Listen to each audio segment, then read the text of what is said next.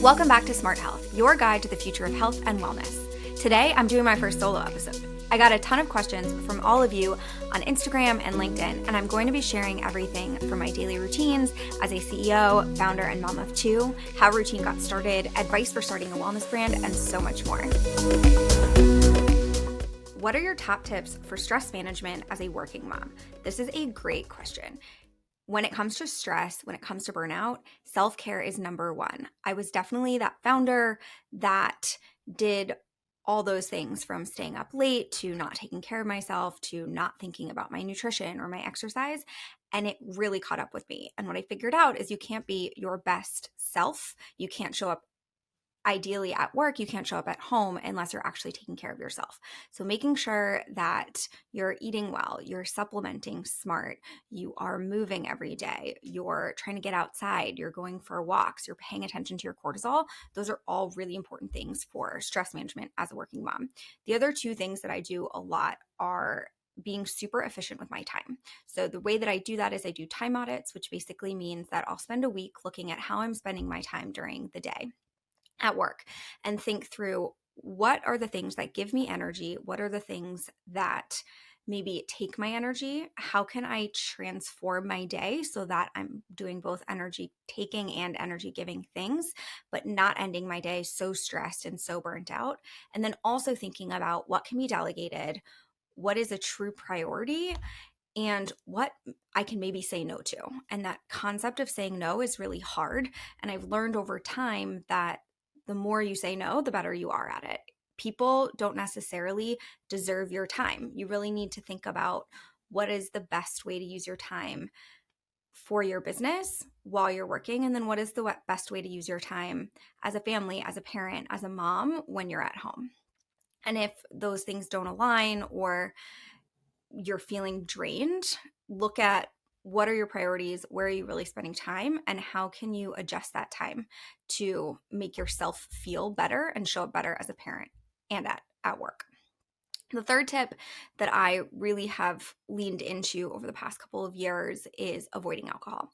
So alcohol is something that makes me extra anxious. It disrupts my sleep. Yes, after I put my kids to bed, I am that mom that wants that glass of wine because I want to feel calm. I want to feel relaxed. But I got so sick of the hangovers, so sick of the extra anxiety. So now I love making a mocktail with our new stress drink mix instead. And it gives me this amazing calm in like 20 minutes. It's even better than that glass of wine. And I get long-term benefits around cortisol balance, around mood, and the taste is incredible. I don't even miss my drinks anymore.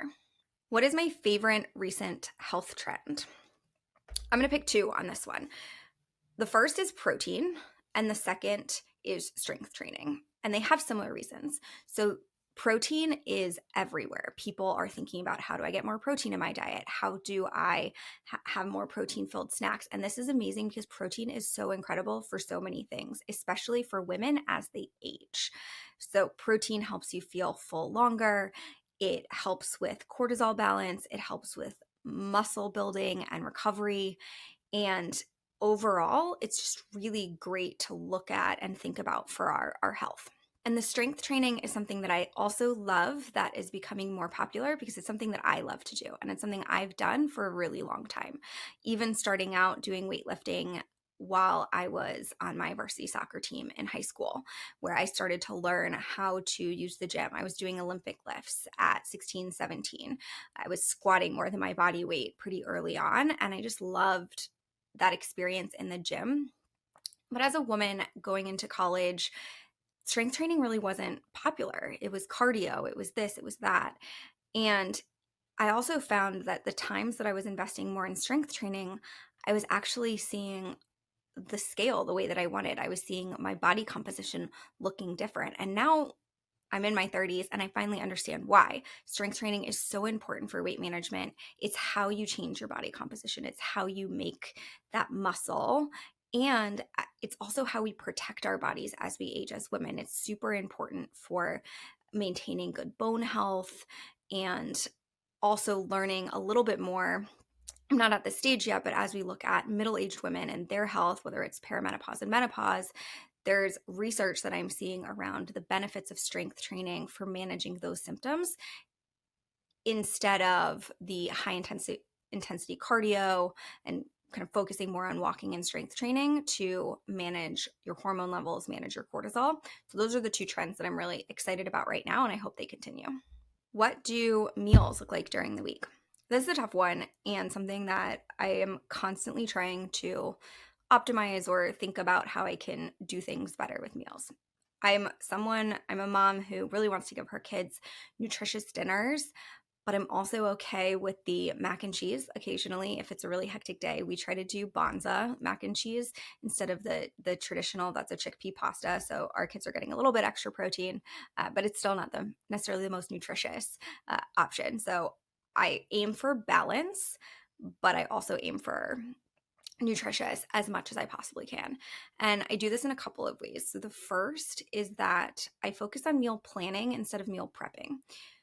Unpopular opinion here, meal prepping is actually really hard.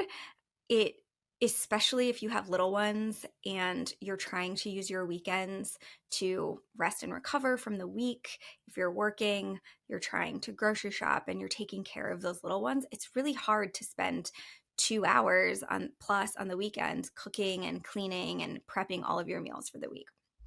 I tried that. It just did not work for me or our family. So what we do and what I do is I think about 2, maybe 3 meals a week that I'm going to plan. And that means I'm going to go to the grocery store on the weekend. I'm going to shop for all of the ingredients. I'm going to make sure I have everything I need to actually make those meals so that when the day comes to make them, I have everything I need. And one of those meals is often like a fresh piece of fish. And then the other meal is something where it's a little bit easier to have leftovers, whether it's a like chicken and broccoli casserole or a Mexican casserole. I have a recipe that I really love. Or there's ground beef. I make ground beef sweet potato taco bowls that you can use the extra ground beef either for lunch or for another dinner.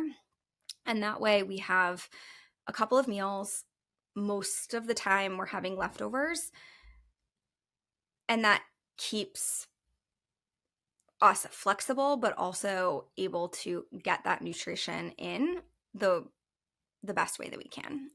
And then another day, we'll typically have eggs and maybe turkey sausage, add in some spinach or tomatoes.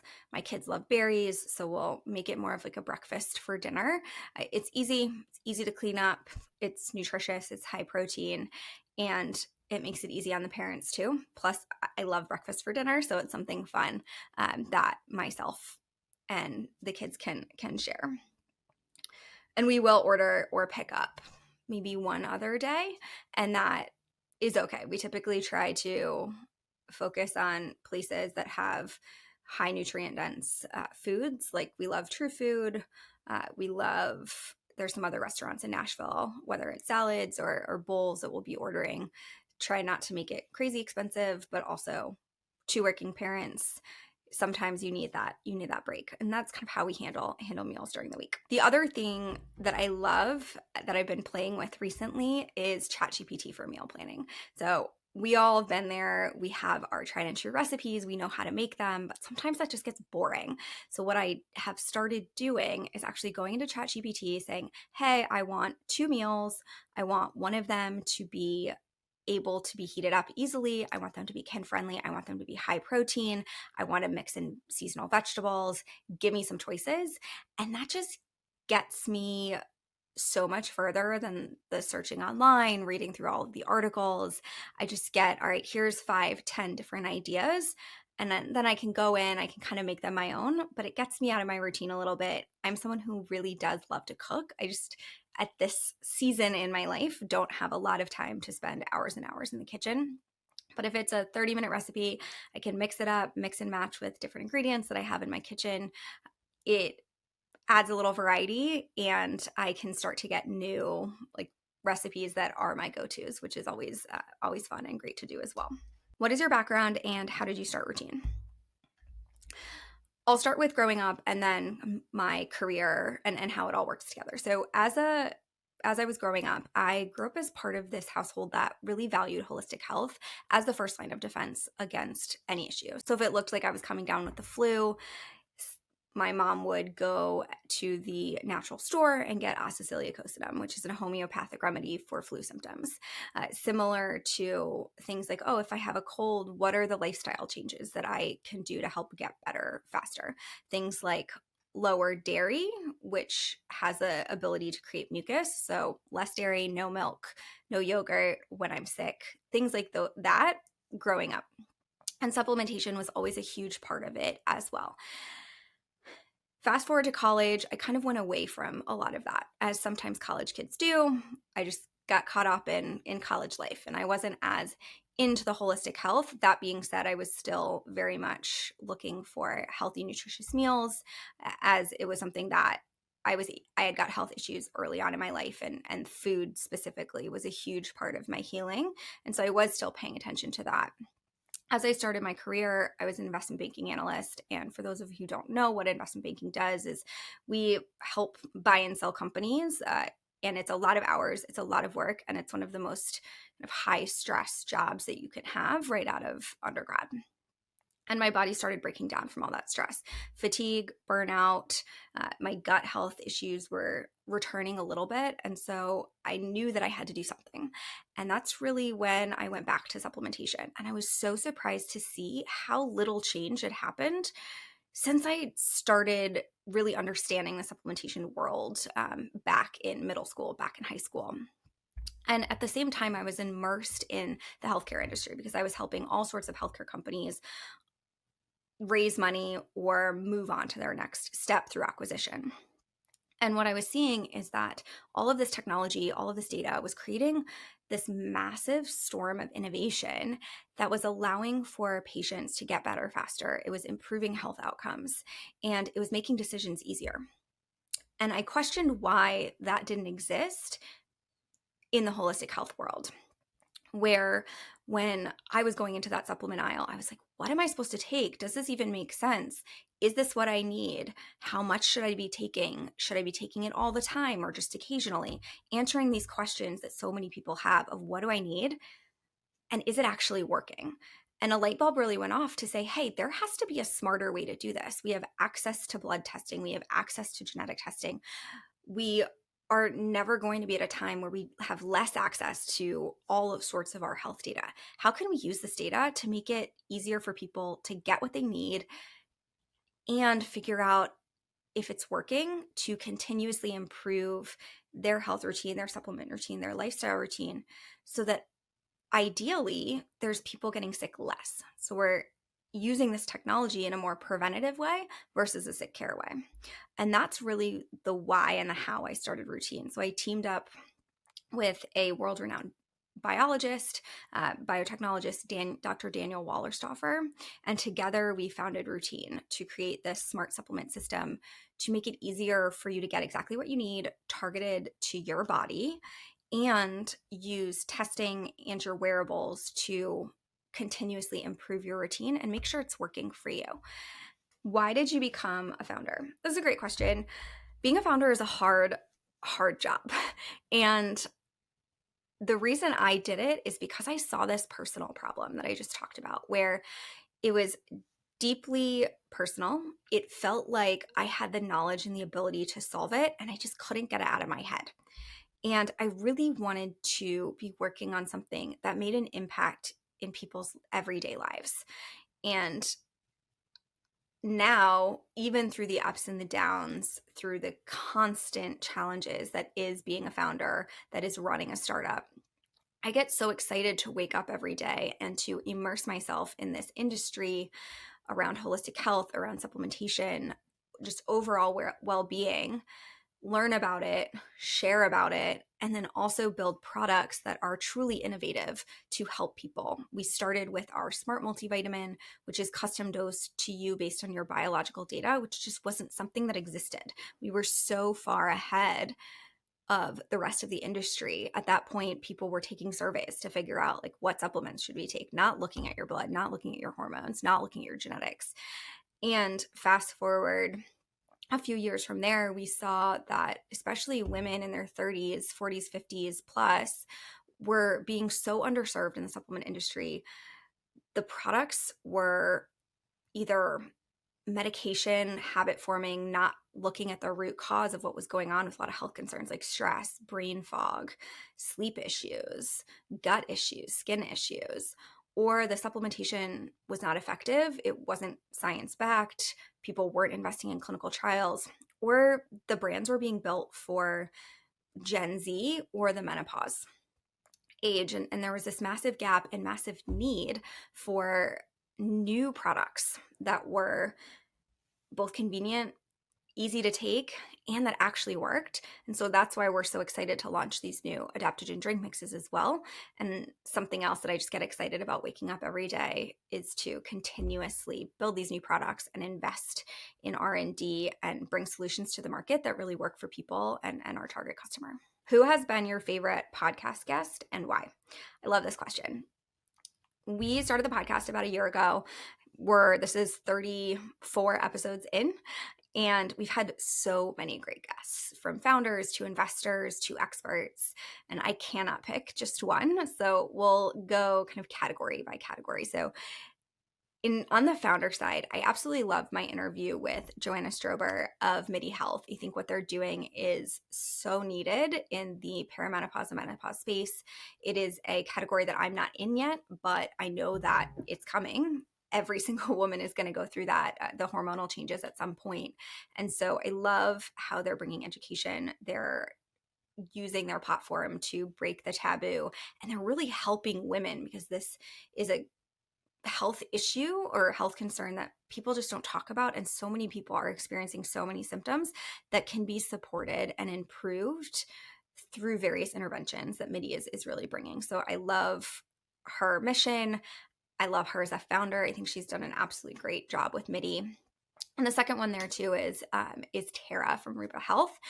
Rupa is helping functional medicine doctors and other doctors make it easier to get lab tests for patients. And she is another founder that I'm just so impressed with. She knows her space in and out, and she's really making an impact on so many people's lives and helping progress this integrative holistic health industry forward in a way that is just truly helpful and impactful to everyone in and around the space. On the expert side, Molly Eastman, the founder of Sleep as a Skill, and Sarah Morgan, who is our head of nutrition innovation at Rootine, both give incredible actionable tips and dive into the science, but make it really easy to understand around why you might not be sleeping well, why your stress levels might be higher, what is your circadian rhythm, and why does this biological clock play such a big role in so many of our daily health concerns and what you can do about it. And I love those kind of science forward but actionable tip episodes that our community and you as listeners can take away.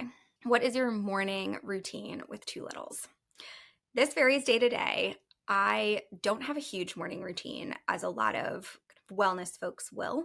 And I think this is something that comes in seasons, because if you have two littles, you might not have slept the night before, or you could be running around doing various things, whether it's getting kids ready for school or daycare, and you just can't be as consistent as you might want to be or as you were before you had the littles. So what I do is I try to first give myself grace, but also have a couple of things that I do for myself, even if they're really small or they don't take a long time. One thing I've recently started doing in the past, I'd say couple of months, is doing this gratitude practice, where as soon as I wake up, instead of reaching for my phone, instead of thinking about what I need to do for the day, I immediately go into, what am I grateful for? What are 3 to 5 things that I'm grateful for? Whether it's I'm grateful for getting a good night's sleep, to I'm grateful for getting up, to I'm grateful for being able to get up and go work on a new product today. This really allows me to put myself in a positive headspace. Even if shit is hitting the fan, I still have that thought where this is good. These are the good things in my life. These are the things that I'm grateful for. And what's been really interesting is you hear the research where you can change your neural pathways, you can change how your brain thinks through being optimistic, through a gratitude practice. And I was skeptical, but I've recently noticed myself, whether I'm out for a walk or just kind of going about my day, I'm a lot more positive about things. I notice more things that I'm grateful for. I keep a list in my head, which allows me to be more positive it allows for that burnout to come a little bit less. It helps me break through the stress of the days when there's really stressful days. After gratitude practice, I am a coffee girl. I try to drink 1.5 cups of coffee in the morning.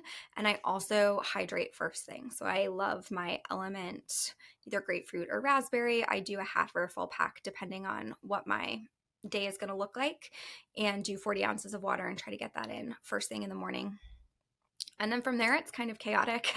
You never really know what you're going to get. But I try to have, I guess, wake up at least 30 minutes before my kids do. Sometimes that doesn't always happen.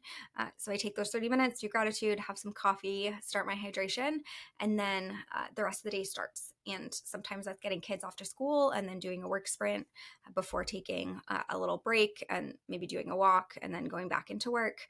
Sometimes that's doing some laundry or housework before starting work. It all kind of depends on the day, what we're doing, and how my kids are sleeping, if they're still asleep or not. Nighttime, I have gotten a lot more routine about the night than I had been previously. After baby number 2 was born, about 16 months ago, there was a period of time, of course, where the only thing we were doing is making sure that the baby was going to go to sleep. But then once he hit about 6, 8, 9 months, we started being able to have that nighttime routine again. And I really tried to invest in some new routines that are really helpful. Some things that I've started doing, I definitely put my phone down at least 30 minutes before bed to try to stop scrolling. I've also been stopping watching TV because blue light is really harmful for sleep, and I'm not the best sleeper. I can fall asleep, but I wake up in the middle of the night almost every night. So my restfulness, as I track on my Oura Ring, is not the best. Some of the other things I started doing is reading before bed, which I really, really like. That allows my brain to calm down and just not have that blue light in my eyes. And then we also launched the sleep drink mix, which is a berry flavor.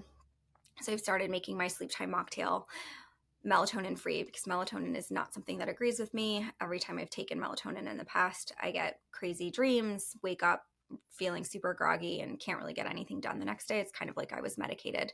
It is a hormone, so it does impact people's bodies pretty significantly, and I'm one of those people. So our new sleep product is melatonin free, and I love taking that because it just calms me down. It allows me to fall asleep, and it has started to help with my restfulness issue of waking up in the middle of the night, which is super key for me, and making sure I get a good amount of sleep. What is your advice for someone who wants to start a company or a wellness brand? I'd say the scariest time about being a founder, well, there's a lot of scary times being a founder, but one of the scariest times is before you actually become a founder and making that leap. The best piece of advice, the biggest piece of advice that I have, is to just start. And the first step that you need to do is really validate your idea. And this doesn't have to be a long process or expensive. In fact, it shouldn't be. You should take a short period of time, make it super inexpensive to validate your brand, your target market, the problem that you're solving. Is it resonating with people? Do you understand the problems that people really want solved? Is it a problem that anyone actually wants to pay for to solve it? And there's a couple of really inexpensive ways that you can do this. A few of the things you can do is you can build a landing page. You can talk to your friends. You can ask them, do you experience this problem? What are you doing for it now? How much are you spending on that? If it's in a wellness brand, what are your alternatives? Like, do you have trouble sleeping? How are you solving that right now? And see if there's any gaps. Don't ask them, hey, would you use this? Because if it's a friend, they'll probably tell you yes. So think about the problem first. How are they solving it? Is it a problem they have? Are they already spending money on it? Is there a way that you can differentiate your solution such that they would want to either start spending money on that problem or transfer their market share from how they're spending it now to something else? The third is you can send out a survey. Typeform is one of my best friends when it comes to this. We still use it today when we're validating problems or product development. And just figure out how you can get that survey in front of a lot of people. Ask like 10 questions. Validate the problem. What are they using now? Understand who is your demographic. Is it the biohacker demographic that you're going to go after? Is it men over 50? Is it women who are just postpartum? What is that niche market? And really dial in on that demographic and the problems that they need solving to validate your idea and or iterate on it. And the only way that you're really going to know is to really get that out in the world. So find some ways to do that. Don't spend a lot of time, don't spend a lot of money, and just start. Momentum builds momentum, so you'll know where to go after you take that first step. The other piece of advice that honestly is something I still tell myself today, but something that I wish I could go back and tell myself starting this company is trust your gut more. There's going to be hundreds of people that come to you offering to give you advice, asking you to pay for their advice, offering to consult. And you're the only one that understands the idea. You're the only one that understands your vision. And a startup is by definition something that hasn't been done before. You're building a company in a new way, in a new market with a new brand. And so, yes, there is definitely people that have been in a similar position before.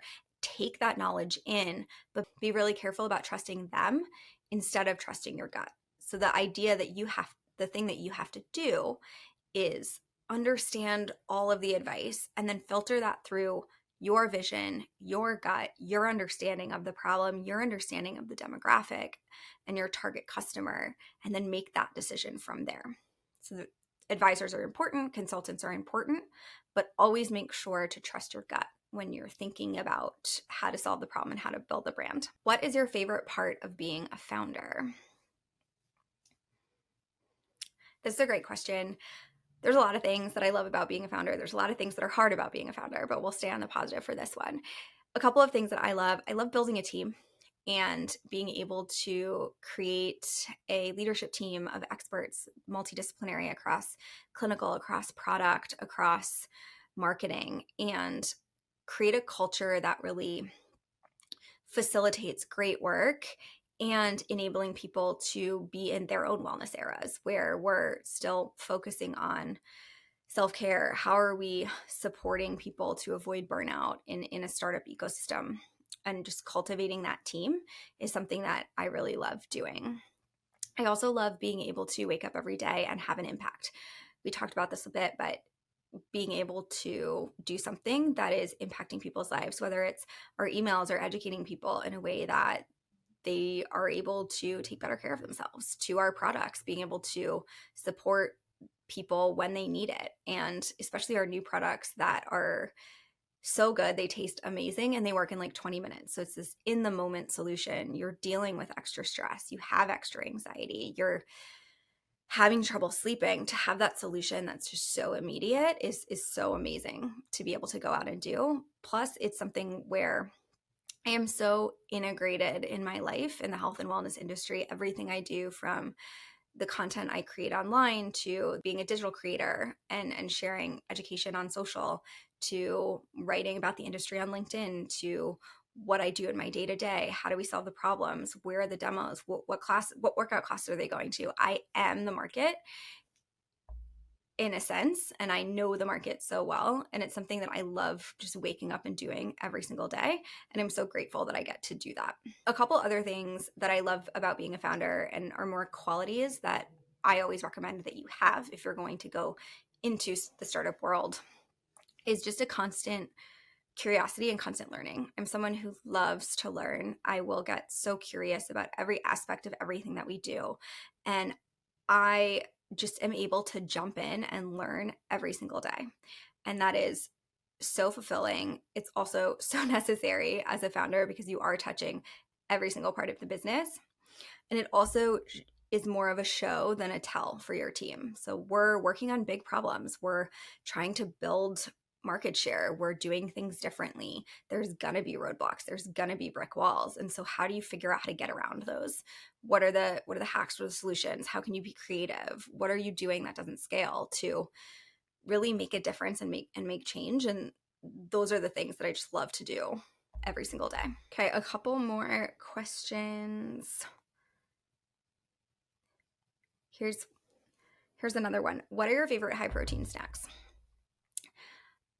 There is some opinions about snacking, whether to snack or not to snack.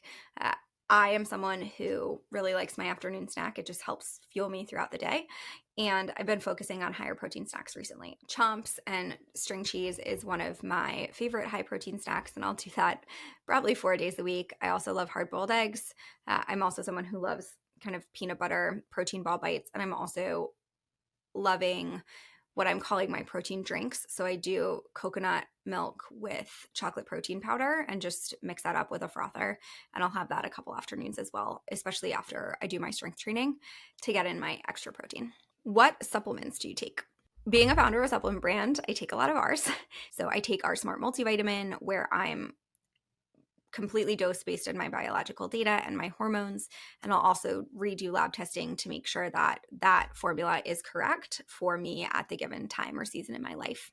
I also took them while pregnant, which of course we advise all of our customers to chat with their physicians and doctors about if you are pregnant or breastfeeding. But that was something that my doctor was very comfortable with and very excited about because it was dosed specifically to my levels around my genetics, hormones, and current vitamin levels, to make sure I was getting everything I need during that season in life. And I've continued to take it since then as well. And I'm loving our new drink mixes. So Stress I use as a cocktail replacement.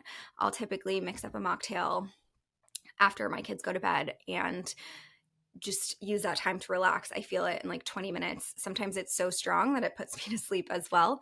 So I've even started using just half of it because it gives me that relaxation feeling if I just need a little bit versus a whole pack, which is a lot calmer. The sleep one is amazing. I will mix that up typically just with water right before bed. And then Focus is more of an afternoon pick me up to get me through that cortisol dip in the middle of the day. And it really helped me focus the rest of the day. I've recently started trying it in the morning too, and it is a nice kind of decreased coffee alternative too, where maybe I'll have 1 cup of coffee and Focus on top of that. In addition to all of the routine supplements, I have been loving Element Hydration. I also use the Peak BT Fountain, which is a hydration plus skin health with ceramides. And then protein powder, I do Simply Terra's Way, and have been starting to look into creatine. I know Create has gummies, which I haven't tried yet, but people love. And then there's some other creatine options as well. So those are really the supplements that I take today. And that is all the questions that we have time for. This solo episode has been so fun. I love sharing more about my routines, my work and wellness, and how I integrate it all with all of you all. Let me know if you want me to do more solo episodes, and of course, available for DMs. If you have questions, please share on social. And if we love this solo episode, I will gather all of them up and do another round here in a little while. Thanks so much for listening to another episode of Smart Health.